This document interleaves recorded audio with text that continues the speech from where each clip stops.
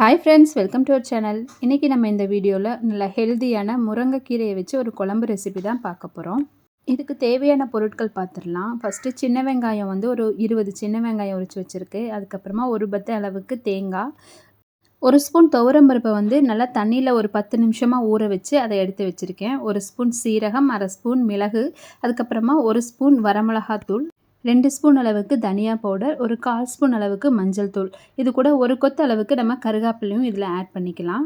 இப்போ இதுதான் வந்து மசாலா அரைக்கிறதுக்கு தேவையான பொருட்கள். இதை வந்து நல்லா பேஸ்ட்டாக நம்ம அரைச்சி எடுத்துக்கலாம். இப்போ தாளிக்கிறதுக்கு பார்த்திங்கன்னா கொஞ்சமாக சின்ன வெங்காயம், அதுக்கப்புறமா கருகாப்பிலை எடுத்து வச்சுருக்கேன். அப்புறம் கீரையை நல்லா வாஷ் பண்ணி எடுத்து வச்சாச்சு. இப்போ கடாயில் நான் வந்து ஒரு 2 ஸ்பூன் அளவுக்கு ஆயில் ஆட் பண்ணியிருக்கேன். ஆயில் நல்லா சூடானதுக்கப்புறமா இதில் கொஞ்சமாக வந்து கடுகு ஆட் பண்ணிக்கலாம். கடுகு நல்லா பொரிஞ்சு வரட்டும். அதுக்கப்புறமா நம்ம எடுத்து வச்சுருந்த கருகாப்பில், அதுக்கப்புறமா கொஞ்சமாக சின்ன வெங்காயம், இது எல்லாத்தையும் போட்டு இதை நல்லா வதக்கி விட்டுடலாம். வெங்காயம் எல்லாம் நல்லா வதங்கட்டும். டிஷ்க்கு பார்த்திங்கன்னா கண்டிப்பாக சின்ன வெங்காயம் போட்டால் தான் டேஸ்ட்டு நல்லாயிருக்கும். அரைக்கிறதுக்காகட்டும் வதக்கிறதுக்காகட்டும் சின்ன வெங்காயம் போட்டால் தான் நல்லா ஒரு டேஸ்ட்டு கிடைக்கும்.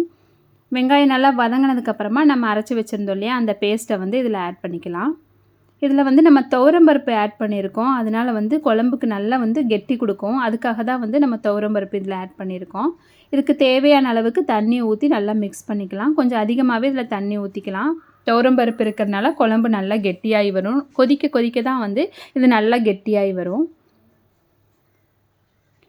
இப்போ நல்லா மிக்ஸ் பண்ணி விட்டுட்டு இந்த குழம்புக்கு தேவையான அளவுக்கு உப்பு ஆட் பண்ணிக்கலாம். உப்பு ஆட் பண்ணதுக்கப்புறமா இது நல்லா கொதி வரட்டும். அது வரைக்கும் நம்ம ஒரு 2 மினிட்ஸ் வந்து வெயிட் பண்ணலாம். குழம்பு நல்லா கொதிச்சு வரணும். அதோட பச்சை வாசம் போக வரைக்கும் நமக்கு நல்லா கொதிச்சு வரணும்.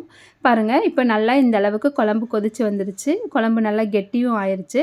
இந்த ஸ்டேஜில் வந்து நம்ம வாஷ் பண்ணி வச்சுருந்த அந்த முருங்கைக்கீரையை வந்து நம்ம இதில் ஆட் பண்ணிக்கலாம். நல்லா கொதி வந்ததுக்கப்புறமா தான் கீரையை வந்து இதில் ஆட் பண்ணணும். அதுக்கு முன்னாடி ஆட் பண்ணக்கூடாது, இல்லாட்டி பச்சை வாசம் அடிக்கும். இப்போ கீரையை நல்லா ஆட் பண்ணிவிட்டு இதில் வந்து ஒரு 2 நிமிஷம் வந்து இதில் நல்லா வேகட்டும். கீரை வேகிற வரைக்கும் நம்ம கொதிச்சா போதும். அதுக்கப்புறமா நம்ம ஸ்டவ் ஆஃப் பண்ணிடலாம். இப்போ நல்லா மிக்ஸ் பண்ணி விட்டுட்டு ஒரு 2 நிமிஷம் வந்து நல்லா கொதிக்கட்டும்.